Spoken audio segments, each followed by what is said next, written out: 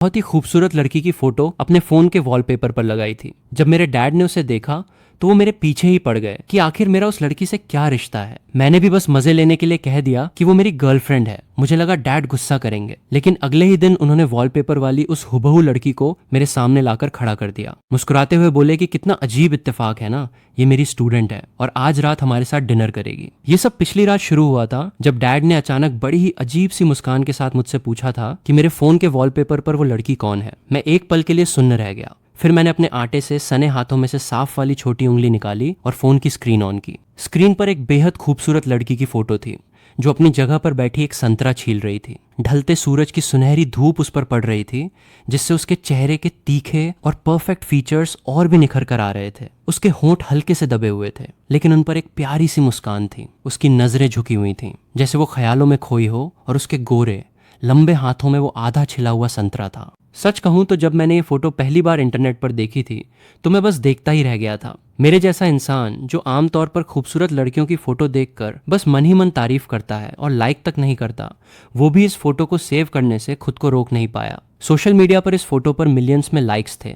Save करने के बाद मैं उस फोटो को बार बार हर रोज देखने लगा। जब भी फोन उठाता मेरी नजर उसी पर जाती। आखिरकार मैंने उसे अपना वॉलपेपर ही बना लिया। मैंने तो यहाँ तक सोच लिया था कि इस न्यू ईयर पर अपने पर दादा की कब्र पर जाकर प्रार्थना करूंगा कि मुझे भी अगले साल बिल्कुल ऐसी ही खूबसूरत गर्लफ्रेंड मिल जाए। डैड ने फिर से उसी मुस्कान के साथ पूछा कि मेरा उससे क्या रिश्ता है। मुझे समझ नहीं आ रहा था कि डैड अचानक ऐसा क्यों पूछ रहे हैं। कहीं वो फिर से शादी के लिए तो ताने नहीं मारने वाले। उनकी उस डांट फटकार का सोचकर ही मुझे पसीना आ गया। अब जाहिर सी बात है, वॉलपेपर वाली वो लड़की किसी सेलिब्रिटी से कम नहीं लग रही थी। मुझे पता था कि ऐसी लड़की मेरी किस्मत में तो है नहीं, लेकिन डैड की वो हंसी देखकर मुझे लगा कि वो बस मेरे मजे ले रहे हैं। उन्हें भी पता होगा कि मुझे इतनी खूबसूरत गर्लफ्रेंड नहीं मिल सकती, इसलिए मैंने भी पूरे कॉन्फिडेंस और हंसी के साथ कह दिया कि वो मेरी गर्लफ्रेंड है। मुझे लगा कि अब डैड मुझसे मेरी इस गर्लफ्रेंड के बारे में 10 सवाल पूछेंगे और मेरी बातों में से कमियां निकालकर मेरा झूठ पकड़ लेंगे। मैंने तो अपने दिमाग में एक परफेक्ट गर्लफ्रेंड की पूरी कहानी तक गढ़ ली थी, लेकिन डैड ने कुछ नहीं कहा।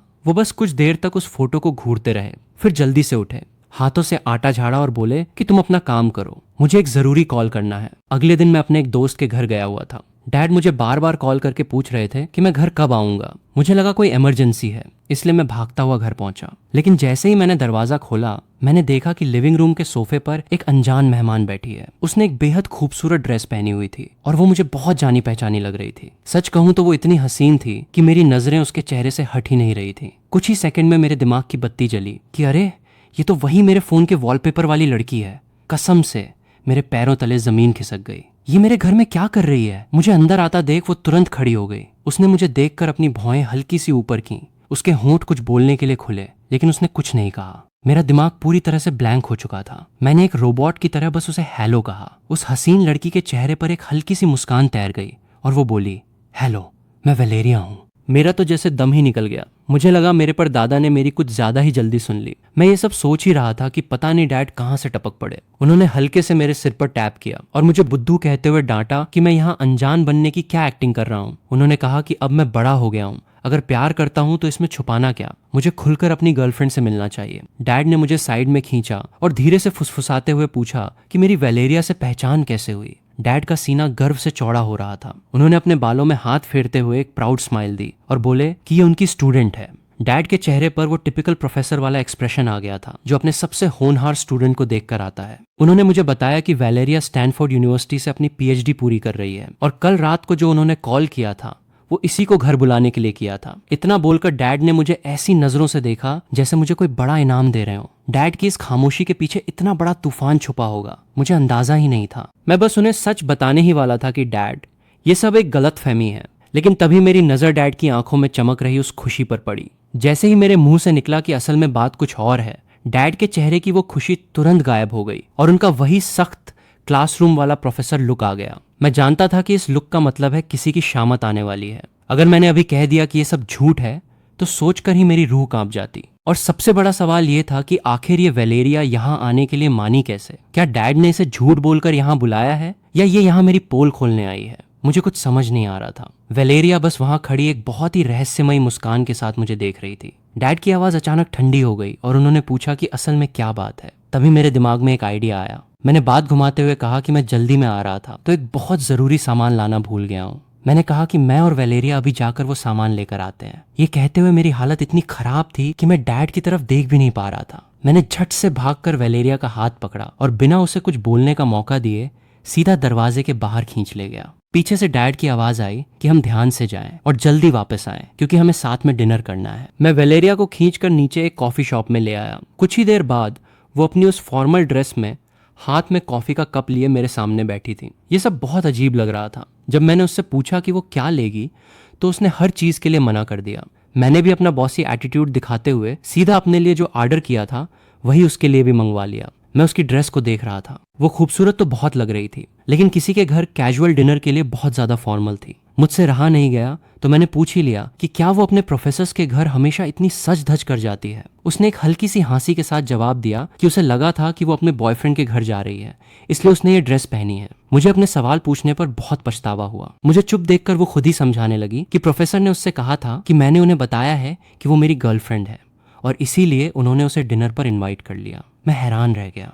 मैंने झल्लाते हुए कहा कि उन्होंने कहा और वो मान गई। आखिर वो इतनी अच्छी स्टूडेंट होकर इतनी आसानी से बेवकूफ कैसे बन सकती है। मेरी बात सुनकर वो एक पल के लिए रुकी। फिर उसने अपनी ड्रेस की पॉकेट से फोन निकाला और मुझे एक मोबाइल पेमेंट ऐप का स्क्रीनशॉट दिखाया जिसमें एक बहुत बड़ा कैश अमाउंट ट्रांसफर किया गया था। कसम से वो देखकर मेरे मुंह से कॉफी का फव्वारा छूट गया जो सीधा दीवार पर जाकर लगा। जब मेरी खांसी रुकी और मैं थोड़ा शांत हुआ तो मैंने उसे पूरी बात साफ साफ बताई। मैंने उसे समझाया कि मैंने उसकी फोटो का इस्तेमाल बस एक वॉलपेपर के तौर पर किया था और कल रात जो भी हुआ वो बस मजाक में मेरे मुंह से निकल गया था। वो मेरी बातें सुनते हुए बस धीरे धीरे सिर हिला रही थी। मैंने अपनी सबसे बड़ी उलझन उसके सामने रखी कि जब उसे पता था कि मैं झूठ बोल रहा हूँ फिर भी वो यहाँ क्यों आई। वेलेरिया की आंखों में एक अजीब सी शांति थी। वो कुछ देर तक सोचती रही और फिर एक रिलैक्स्ड अंदाज में बोली कि क्या प्रोफेसर ने मुझे ये नहीं बताया कि वो बस ये देखने आई थी कि आखिर उसका बॉयफ्रेंड दिखता कैसा है। उसका ये जवाब सुनकर मुझे लगा जैसे उसने मुझे कहीं का नहीं छोड़ा। मुझे कसम खा लेनी चाहिए कि अब से मैं वो रोमांटिक नॉवेल्स पढ़ना बंद कर दूंगा। मेरा दिमाग उन्हीं कहानियों की वजह से खराब हो गया है जहां मुझे लग रहा था कि शायद वो मुझसे छुप छुप कर प्यार करती होगी, लेकिन असलियत तो ये थी कि वो बस फ्री थी और टाइम पास करने आ गई थी। लगता है न्यू ईयर पर दादा को कुछ ज्यादा ही दुआएं भेजनी पड़ेंगी। उस वक्त मैं ये तो नहीं सोच रहा था कि वो सच में मेरी गर्लफ्रेंड बन जाए, लेकिन उस पल मुझे इस बात की बहुत सख्त जरूरत थी कि वो मेरी गर्लफ्रेंड होने की एक्टिंग करे, वरना आज रात डैड मुझे घर से बाहर निकालकर कुत्तों के साथ खाना खिलाएंगे। मैंने उससे पूछा कि क्या उसका कोई बॉयफ्रेंड है। वो थोड़ी कंफ्यूज हुई और फिर उसने ना में सिर हिला दिया। तो फिर क्या हम इस झूठ को थोड़ा और खींच सकते हैं, मैंने रिक्वेस्ट की। वेलेरिया मेरी ये हालत देखकर अपनी हंसी रोक नहीं पाई। उसने कहा कि वो अभी कुछ पक्का नहीं कह सकती, लेकिन क्या वो इसके बदले मुझसे बाद में कोई फेवर मांग सकती है। मैंने तुरंत हामी भर दी। डील पक्की होने के बाद वेलेरिया ने पलक झपकते ही मेरी गर्लफ्रेंड के रोल को अपना लिया। उसने अपना फोन आगे किया और मुझसे नंबर एक्सचेंज करने के लिए कहा ताकि हम पकड़े ना जाएं। नंबर सेव करने के बाद वेलेरिया ने मुझे अपनी कुछ बेसिक डिटेल्स भेज दी। मैंने भी अपनी डिटेल्स उसे भेज दी ताकि अगर घर वाले क्रॉस क्वेश्चन करें तो हम बिल्कुल सेफ रहें। मैंने वेलेरिया से कहा कि अगर कोई पूछे तो कह देना कि हम पिछले 3 महीने से साथ हैं और हमारी मुलाकात एक कॉमन फ्रेंड के जरिए हुई थी। अब चूंकि हम सामान लेने के बहाने घर से निकले थे तो हमें कुछ ना कुछ तो लेकर वापस जाना ही था। कॉफी खत्म करने के बाद हम पास के सुपरमार्केट गए। वेलेरिया मेरे पीछे पीछे शॉपिंग कार्ट धकेल रही थी और मैं पागलों की तरह एक हाथ से चिप्स के पैकेट और दूसरे हाथ से चॉकलेट्स कार्ट में भर रहा था। कुछ ही मिनटों में कार्ट पूरी तरह से जंक फूड से भर गया। वेलेरिया ने मुझे घूर कर देखा, लेकिन मैंने भी उसे आंखों ही आंखों में कह दिया कि मेरे और मेरे जंक फूड के बीच में कोई नहीं आ सकता। बिलिंग काउंटर पर जाने से पहले वेलेरिया ने कहा कि उसे कुछ और सामान लेना है। बिलिंग की लाइन बहुत लंबी थी तो मैंने उसे वहां भेज दिया। मैं यूं ही टाइम पास करने के लिए आसपास रखी चीजें देखने लगा। तभी मेरी नजर एक छोटे से बॉक्स पर पड़ी जिसका डिजाइन बहुत ही अनोखा था। मैंने सोचा ये कोई नए फ्लेवर की च्यूइंग गम या बबल गम है और मैंने बिना कुछ सोचे समझे उसके 2 पैकेट उठा लिए। जब मैं सुपरमार्केट से बाहर निकला तो मैंने देखा वेलेरिया ढेर सारे महंगे गिफ्ट्स के बैग्स लिए खड़ी मेरा इंतजार कर रही थी। मैं सुन्न पड़ गया। वो सारे गिफ्ट्स बहुत महंगे लग रहे थे और वो पहले ही घर आते वक्त काफी कुछ लेकर आई थी। उसने मेरी तरफ देखकर कहा कि यहाँ की चाय की पत्ती बहुत मशहूर है, तो उसने डैड के लिए थोड़ी और ले ली है। ये सब तो बस एक नाटक था। फिर ये लड़की इसे इतनी शिद्दत से क्यों निभा रही थी। मैंने उसकी तरफ देखा, वो बिल्कुल सीरियस थी। मैंने मन ही मन एक गहरी सांस ली। अब सामान खरीद ही लिया है तो मैं क्या ही कह सकता था। बस मुझे इस बात की टेंशन होने लगी कि मैं इसे इतने पैसों की भरपाई कैसे करूंगा। वापस लौटते वक्त वेलेरिया अचानक बहुत नर्वस होने लगी। वो मेरे साथ साथ चलते हुए मुझसे लगातार सवाल पूछ रही थी कि क्या मेरे डैड और मॉम ड्रिंक करते हैं, क्योंकि उसकी शराब पीने की कैपेसिटी बहुत कम है। मैंने उसे तसल्ली देते हुए कहा कि मेरे घर में कोई शराब या सिगरेट को हाथ तक नहीं लगाता। ये सुनकर उसने एक गहरी राहत की सांस ली। फिर वो दोबारा टेंशन में आ गई कि क्या मेरी मॉम खाना बना रही होंगी और उसे जाकर उनकी मदद करनी चाहिए। वो इतनी हड़बड़ी में थी कि उसने मेरी स्लीव्स पकड़कर मुझे तेज चलने के लिए खींचना शुरू कर दिया। मैंने उसे रोकते हुए कहा कि वो रिलैक्स करे, मॉम अकेले सब मैनेज कर लेती हैं और हम आराम से चलेंगे। ये सुनकर वैलेरिया के चेहरे से सारी टेंशन गायब हो गई। हम घर पहुंचे तो मॉम किचन में पूरी तूफानी स्पीड में खाना बनाने में लगी थी। वो इतनी बिजी थी कि वैलेरिया बस उन्हें हैरानी से देखती रह गई। उसे मदद करने का कोई मौका ही नहीं मिला। डिनर के वक्त डैड इतने खुश थे कि उन्होंने अपनी एक स्पेशल पुरानी वाइन की बोतल खोल ली। वो एक के बाद एक पैग लगा रहे थे। हैरानी की बात तो ये थी कि वैलेरिया ने भी उन्हें मना नहीं किया और वो भी उनके साथ पीने लगी। मैंने अपना हाथ उठाकर उसे रोकना चाहा कि वो और ना पिए, लेकिन डैड ने मुझे आंखें दिखाकर चुप करा दिया और मॉम ने कहा कि मैं चुपचाप अपना खाना खाऊं। वैलेरिया तो कुछ ज्यादा ही फॉर्म में आ गई थी। वो खुद अपने लिए वाइन डाल रही थी। क्या इसने मुझे ये नहीं कहा था कि ये ज्यादा पी नहीं सकती? डिनर खत्म होते होते उसकी हालत ये हो गई कि उससे ठीक से बैठा भी नहीं जा रहा था। मैं उसे संभालने के लिए अपना हाथ आगे बढ़ाने ही वाला था कि तभी वो लुढ़क कर मेरे कंधे पर आ गिरी। उसने मेरे कंधे पर अपना सिर ऐसे टिका लिया जैसे कोई बहुत आरामदायक तकिया मिल गया हो। उसके चेहरे से आती गर्म सांसें मेरी गर्दन पर पड़ रही थीं, जिससे मुझे एक अजीब सी गुदगुदी महसूस हो रही थी। मैंने अपने बाल खुजलाने के लिए हाथ उठाना चाहा, लेकिन देखा कि मेरा हाथ तो उठ ही नहीं रहा है। मैंने नीचे देखा तो वैलेरिया की लंबी और नाजुक उंगलियों ने मेरे हाथों को बहुत मजबूती से पकड़ा हुआ था और वो बीच बीच में उसे हल्के से दबा भी रही थी। मेरा चेहरा शर्म से लाल हो गया। मैंने गुस्से से डैड को घूरते हुए कहा कि ये सब उनकी वजह से हुआ है, वो ज्यादा पी नहीं सकती थी। फिर भी वो उसे पिलाते रहे। डैड ने एक बहुत ही शरारती स्माइल दी और चिढ़ाते हुए बोले कि अपनी गर्लफ्रेंड के लिए इतना प्यार उमड़ रहा है, अब ये इस हालत में रात को घर कैसे जाएगी, और वैसे भी हमारे घर में इसके लिए जगह की कोई कमी थोड़ी है। ये कहते हुए डैड ने मॉम की तरफ इशारा किया। मॉम तुरंत समझ गई और उन्होंने आगे बढ़कर वैलेरिया को सहारा दिया और उसे मेरी बहन के कमरे में सुलाने के लिए ले गई। वैलेरिया को पूरी तरह से होश खोते हुए देखकर मुझे बहुत अजीब लगा। मैंने डैड से कहा कि कल न्यू ईयर है, हम उसे ऐसे कैसे यहाँ रोक सकते हैं? उसके घर वाले उसके लिए परेशान हो रहे होंगे। मेरी बात सुनते ही डैड के चेहरे के एक्सप्रेशंस बदल गए। उन्होंने अपनी आंखें सिकोड़ ली और मुझे एक बहुत ही गहरी शक भरी नजरों से देखने लगे। उनकी आवाज एकदम सख्त हो गई और उन्होंने कहा कि वो एक अनाथ है। क्या मैं उसका बॉयफ्रेंड होकर ये बात नहीं जानता? मुझे उस पल इतना पछतावा हुआ कि मैं क्या बताऊं। जब वैलेरिया ने मुझे अपनी बेसिक डिटेल्स का मैसेज भेजा था तो मैंने बस उसकी जन्म तारीख और शहर का नाम पढ़कर छोड़ दिया था। मैंने बाकी की डिटेल्स पढ़ी ही नहीं थी। डैड सच में एक प्रोफेसर हैं, उन्हें अच्छे से पता है कि कौन सा सवाल पूछना है। वो हमेशा वही सिलेबस पूछते हैं जो मैंने नहीं पढ़ा होता। मैं घबराहट के मारे अपने हाथ मलने लगा और मेरी किस्मत तो देखो, तभी मेरे घर का समोएड कुत्ता अपने घर से बाहर निकला और मुझे देखकर भौंकने लगा। उसकी जीभ बाहर निकली हुई थी और वो अपना पंजा हिलाकर मुझे ऐसे देख रहा था मानो कह रहा हो कि खुल गई ना पोल, आज रात तो तू मेरे साथ ही मेरे घर में सोएगा। मैं बस किसी तरह बात संभालने की कोशिश कर ही रहा था कि डैड की नजर सुपरमार्केट वाले उस शॉपिंग बैग पर पड़ी। उन्होंने जोर से चिल्लाकर कहा, किरण!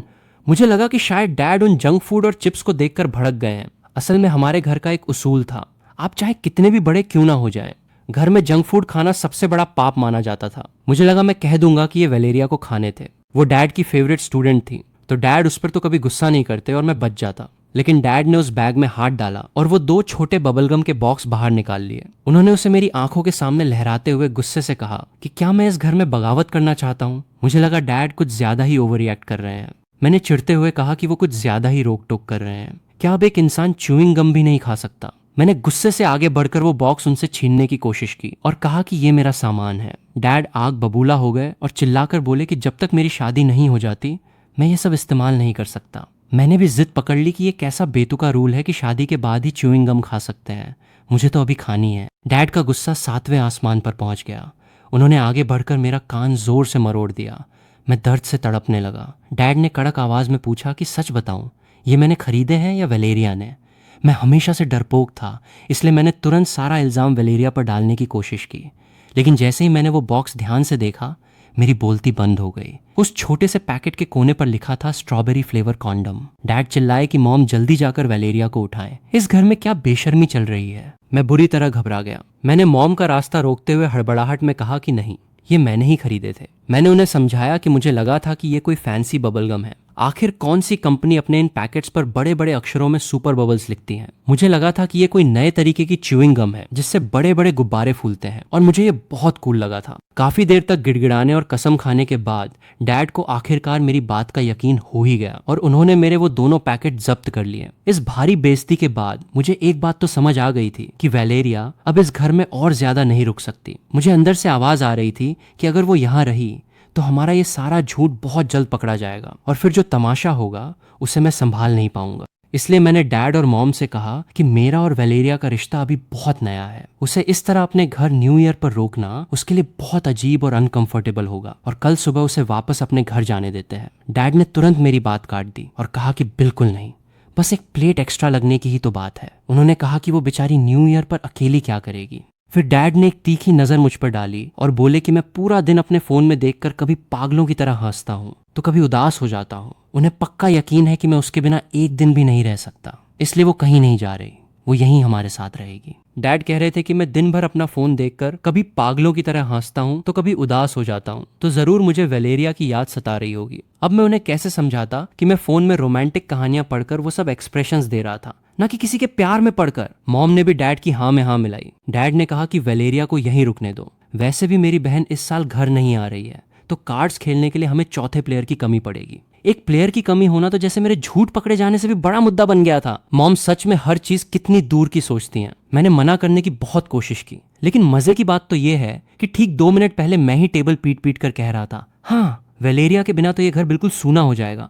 इसे कहीं मत जाने दो। न्यू ईयर की उस रात डिनर के बाद मैंने मॉम डैड से अपने शगुन के पैसे मांगे। चूंकि मैं अब कमाने लगा था तो उनका सीधा सा जवाब था, उनके तौर पर उन्होंने मुझे और वैलेरिया को एक एक छोटा सा लिफाफा पकड़ा दिया जिसमें बस कुछ 100 रुपए ही थे। मैं वो लिफाफा लेकर बच्चों की तरह शिकायत करने लगा कि मुझे बड़ा गिफ्ट चाहिए। आखिरकार मेरी इस जिद पर उन्होंने मेरी बहन के हिस्से का लिफाफा भी मुझे दे दिया। वैलेरिया ने कहा कि वो अपना लिफाफा भी मुझे दे देगी, लेकिन मैंने तुरंत मना कर दिया। मैंने कहा कि वो डैड मॉम का दिया हुआ शगुन है, उसे रख लेना चाहिए।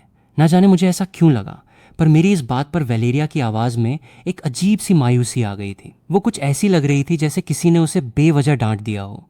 उसे ऐसा उदास देखकर मेरा दिल मोम की तरह पिघल गया। मैंने तुरंत अपना हाथ आगे बढ़ाया और कहा, ठीक है तो लाओ दे दो मुझे। उसने मुझे वो शगुन वाला लिफाफा नहीं दिया, बल्कि अपने बैग से ईंट जितना मोटा एक भारी भरकम लिफाफा निकाला और सीधा मेरे सीने से लगा दिया, जैसे उसे डर हो कि मैं कहीं फिर से मना न कर दूं। उस लिफाफे का वजन और मोटाई बता रही थी कि उसमें हजारों लाखों रुपए थे। मैं फटी फटी आंखों से उसे देखने लगा। उसने अपने होठों को दबाकर एक प्यारी सी स्माइल दी, मेरे कान के पास आई और फुसफुसाते हुए बोली, हैप्पी न्यू ईयर। जब एक खूबसूरत लड़की और इतने सारे पैसे एक साथ किस्मत में आए तो उन्हें मना नहीं करते। अब ऐसी बात को भला कौन ही मना कर सकता है। मेरा दिल किसी ड्रम की तरह जोर जोर से धड़कने लगा। जिंदगी में पहली बार मुझे सच में वो दिल धड़कने वाला एहसास हुआ, लेकिन मुझे पता था कि ये सब एक नाटक है।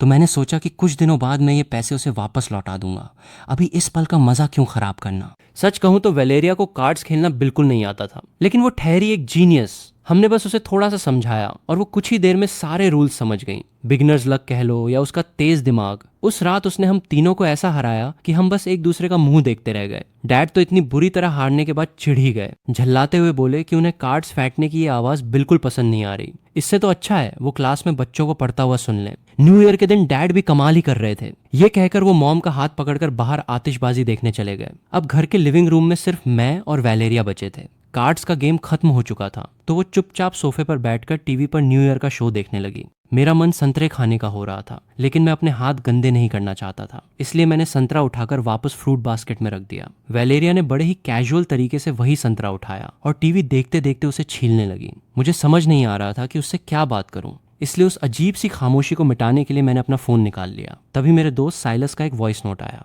मैंने सोचा कि उसे टेक्स्ट में कन्वर्ट करके पढ़ लूंगा, लेकिन गलती से मेरा हाथ स्पीकर बटन पर लग गया और वो फुल वॉल्यूम में प्ले हो गया। ब्रो, कल तूने जो स्ट्रॉबेरी फ्लेवर वाले वो पैकेट्स लिए थे, क्या वो मुझे उधार दे सकता है? तुझे तो अभी उनकी कोई जरूरत होगी नहीं। मैं तो कल वैलेरिया को च्यूइंग गम वाली झूठी कहानी सुनाने के चक्कर में ये बताना ही भूल गया था कि डैड ने वो पैकेट जब्त कर लिए हैं। इससे पहले कि मैं कुछ करता, अगला वॉइस नोट खुद ही प्ले हो गया। वैसे एक बात बता, अगर तेरे डैड की वो स्टूडेंट इतनी ही हॉट है तो तू उसे पटा क्यों नहीं लेता? अब तो वो तेरे ही घर में तेरे ही साथ रह रही है। कुछ भी करना तो तेरे बाएं हाथ का खेल है। मैंने पागलों की तरह फोन का वॉल्यूम कम करने वाला बटन दबाया, लेकिन मेरा फोन कवर इतना मोटा था कि वो बटन काम ही नहीं कर रहा था। जब तक आवाज कम हुई तब तक साइलस की सारी बकवास स्पीकर पर गूंज चुकी थी। मेरी जिंदगी में इससे ज्यादा शर्मनाक पल शायद ही कोई आया हो। टीवी पर चल रहे कॉमेडी शो से ज्यादा बड़ा मजाक तो उस वक्त मेरा बन चुका था। वेलेरिया ने कुछ नहीं कहा, वो बस अपना संतरा छीलती रही जैसे उसने कुछ सुना ही ना हो। लेकिन मैं ये नाटक नहीं कर सकता था, क्योंकि मेरे घर का कुत्ता भी मुझे देखकर ऐसे जीभ निकाल रहा था जैसे मेरी इस हालत पर हंस रहा हो। जब इंसान बहुत ज्यादा एम्बैरस होता है तो वो कुछ ना कुछ फालतू का काम करने लगता है। टेबल बिल्कुल साफ थी, फिर भी मैंने एक कप और कपड़ा उठाया और उसे पागलों की तरह पोंछने लगा। इस हड़बड़ी में मेरे हाथ से कप टेढ़ा हो गया और उसका सारा पानी सीधा वेलेरिया की ड्रेस पर जा गिरा, जो बस मेरी मदद करने के लिए आगे आ रही थी। इससे पहले कि मैं माफी मांग पाता, वेलेरिया ने अपनी ड्रेस से पानी झटकारा और अगले ही पल उसने अपने स्वेटर को नीचे से पकड़ा और झटके से उतार दिया। मैं तो जैसे पत्थर का बन गया। उसने कहा कि कपड़े गीले हो गए हैं और उसे ठंड लग रही है। वो टिश्यू पेपर से पानी पोंछने लगी और मैं बस उसे देखता ही रह गया। सच कहूं तो उसका फिगर इतना परफेक्ट था कि मैं अपनी नजरें ही नहीं हटा पा रहा था। सुन साइलस मेरे भाई, जो मैंने देखा वो देखने के बाद मैं अपने शब्द वापस लेता हूँ। मुझे अब कोई शर्मिंदगी नहीं है। वो अपना स्वेटर वापस पहनने का नाम नहीं ले रही थी। मुझे उसके ठंड लगने की चिंता कम और इस बात की फिक्र ज्यादा थी कि कहीं मैं खुद पर से कंट्रोल ना खो दूं। तभी उसने अचानक मुझसे कहा कि उसकी पीठ पर एक चोट है, क्या मैं वहां ऑइंटमेंट लगा दूंगा? मैंने घबराते हुए पूछा कि क्या हुआ?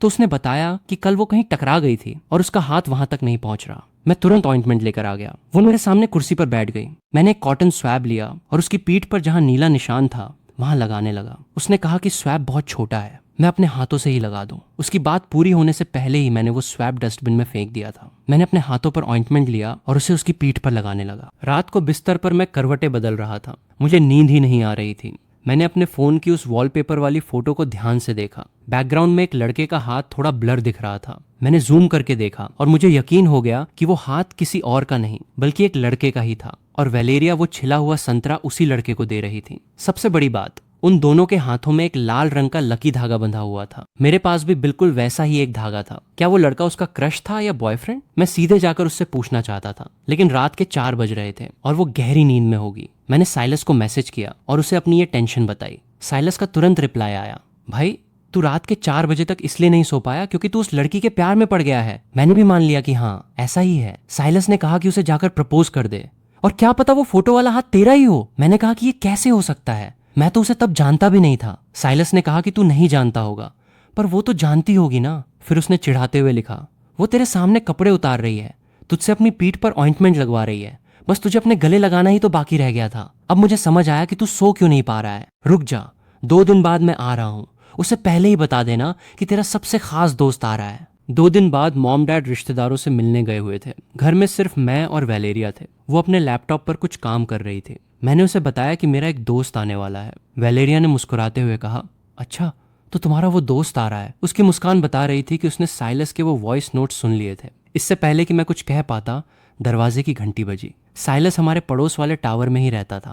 मैंने भागकर दरवाजा खोला। साइलस हमेशा की तरह ऊंची आवाज में बोलते हुए अंदर आया, लाओ दिखाओ खाओ कहाँ है वो जिसने मेरे भाई का दिल चुराया। लेकिन जैसे ही उसकी नजर सोफे पर बैठी वेलेरिया पर पड़ी, उसके मुंह से निकला, अरे hello ma'am, happy new year. Valeria ने भी उसे देखकर सिर हिलाया और न्यू ईयर विश किया। साइलस की तो जैसे सिट्टी पिट्टी गुम हो गई थी। मैंने उसे धक्का देकर अंदर किया। वेलेरिया उठी और उसके लिए चाय बनाने लगी। साइलस जो इतनी बकवास करने वाला था, अपनी उस स्ट्रिक्ट बॉस को चाय बनाते देखकर एक शब्द नहीं बोल पाया। वेलेरिया भी ना जाने क्यों इतनी नर्वस थी कि उसने पहले ब्लैक टी बनाई, फिर ग्रीन टी, फिर व्हाइट टी और फिर जैस्मिन टी। साइलस चुपचाप वो सारी चाय पीता रहा और कुछ ही देर में कोई बहाना बनाकर वहां से खिसक लिया। बाहर निकलते ही उसने मुझे मैसेज किया, भाई उसने मुझे हर तरह की चाय पिलाई। इस शादी के लिए मेरी तरफ से पूरी हाँ है। तेरी वजह से आज मेरी टॉप बॉस ने मुझे अपने हाथों से चाय सर्व की। मेरी तो जिंदगी सफल हो गई। अब तू बस उससे तुरंत शादी कर ले। छुट्टियां खत्म होने से पहले मेरे एक दोस्त की बर्थडे पार्टी थी। नोलैन नाम के इस दोस्त ने मुझे इन्वाइट किया था। वेलेरिया पिछले कई दिनों से मेरे साथ घर में ही रुकी हुई थी, तो मैंने सोचा कि उसे भी साथ ले चलूं।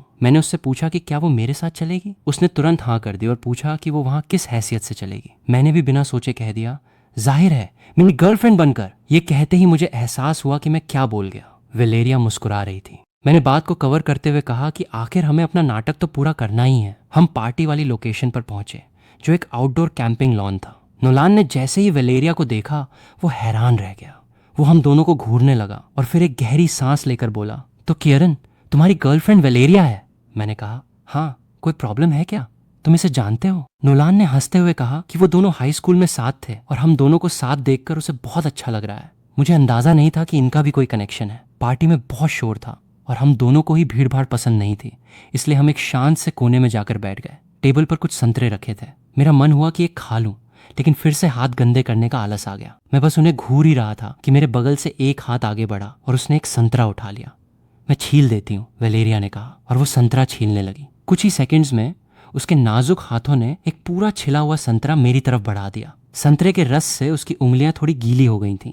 जब मैंने संतरा लेने में देर की तो उसने धीरे से पूछा, क्या आप खाने का मन नहीं है? मैंने संतरा उसके हाथ से लिया और उसकी तरफ देखा। शाम ढल रही थी और रोशनी कम थी, लेकिन मैं देख सकता था कि उसके कान लाल हो रहे थे, नजरें झुकी हुई थीं और होठों पर एक प्यारी सी मुस्कान थी। ये सीन मुझे बहुत जाना पहचाना लग रहा था। अरे हाँ, ये तो बिल्कुल मेरे फोन के वॉलपेपर जैसा था। मुझे अचानक सब कुछ याद आ गया। 4 साल पहले नोलान की ही बर्थडे पार्टी थी इसी जगह पर, और मेरे वॉलपेपर पर वो जो फोटो थी उसमें वेलेरिया इसी जगह बैठकर संतरा छील रही थी।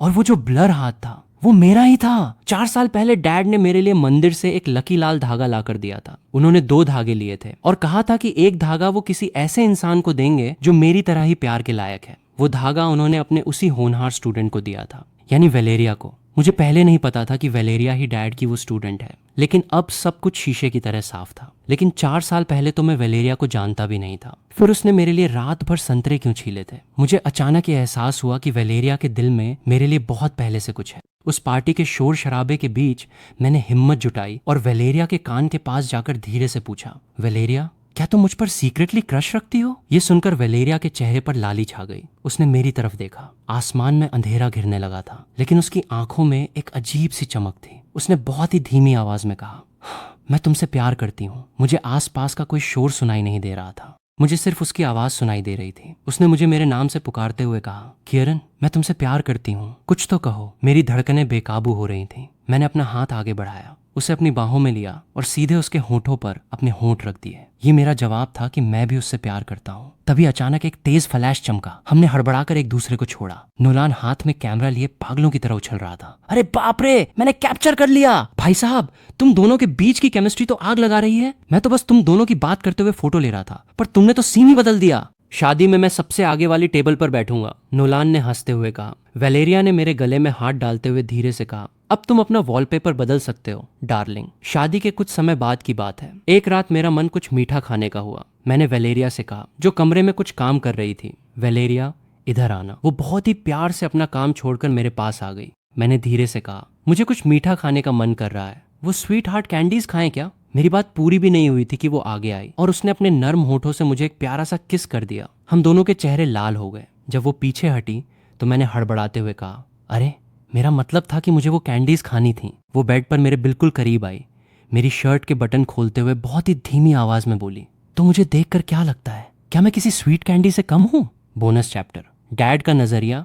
मेरे डैड ने बहुत पहले ही नोटिस कर लिया था कि मेरे फोन के वॉलपेपर पर एक खूबसूरत लड़की की फोटो है और वो उन्हें जानी पहचानी लग रही है। जब उन्होंने उसे छुपकर ध्यान से देखा तो वो समझ गए कि ये उनकी ही स्टूडेंट वेलेरिया है, जिसकी पढ़ाई का खर्च उन्होंने ही उठाया था। वेलेरिया कोई सेलिब्रिटी नहीं थी और वो फोटो भी किसी आम दिन की लग रही थी। जब उन्होंने देखा कि मैं उस फोन को देखकर पागलों की तरह मुस्कुराता रहता हूँ तो उनका दिमाग काम करने लगा। वो सीधे बात करने वाले इंसान हैं, इसलिए उन्होंने मुझसे साफ साफ पूछ लिया। उन्होंने सोच लिया था कि अगर मैं उससे प्यार करता हूँ या उसे पटाने की कोशिश कर रहा हूँ तो वो मेरी मदद करेंगे। आखिर वेलेरिया हर तरह से एक परफेक्ट लड़की थी। जब मैंने बिना हिचकिचाए कह दिया कि वो मेरी गर्लफ्रेंड है तो डैड समझ गए कि मैं झूठ बोल रहा हूँ। मेरी आंखें मेरा सारा सच बयान कर रही थीं। उन्होंने उस रात 2 कॉल्स किए। पहला कॉल वेलेरिया को किया। वेलेरिया हमेशा अपने प्रोफेसर से बहुत इज्जत और सच्चाई से पेश आती थी, क्योंकि उन्होंने ही उसकी स्कूलिंग का खर्चा उठाया था और उसके लिए भगवान जैसे थे। डैड ने सीधे कहा, वेलेरिया, किरण कह रहा है कि तुम उसकी गर्लफ्रेंड हो,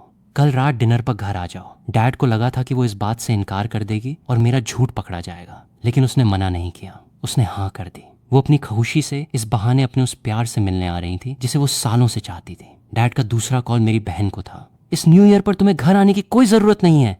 वेलेरिया का नजरिया। हाई स्कूल के दिनों में किरण मैथ्स में बहुत कमजोर था। प्रोफेसर उसे अक्सर स्कूल के बाद अपने कैबिन में बिठाकर अलग से पढ़ाते थे।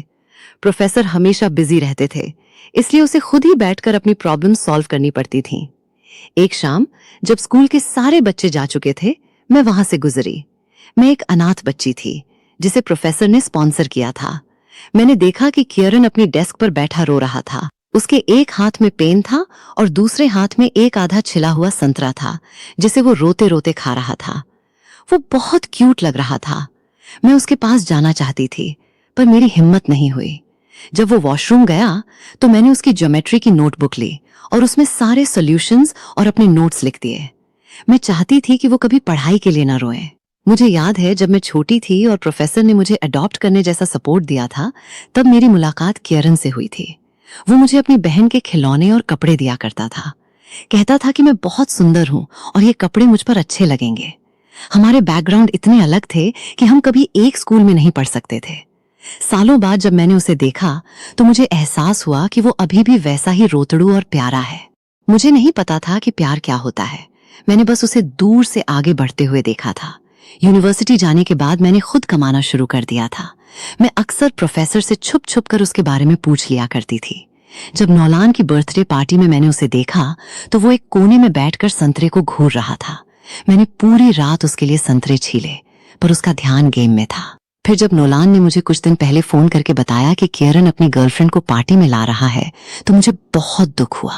नौलान ने कहा कि मैं शायद उसे देखकर दुखी होंगी, इसलिए ना आऊं, लेकिन मैंने तय कर लिया था कि मैं जाऊंगी। और कितना अजीब इत्तेफाक है, किरण की वो गर्लफ्रेंड कोई और नहीं, मैं खुद ही थी। और अब मैं उसकी पत्नी हूं। हे दोस्तों, वीडियो देखने के लिए आप सभी का बहुत बहुत शुक्रिया। आज की वीडियो में बस इतना ही। उम्मीद है आपको ये कहानी पसंद आई होगी। अगर अच्छी लगी हो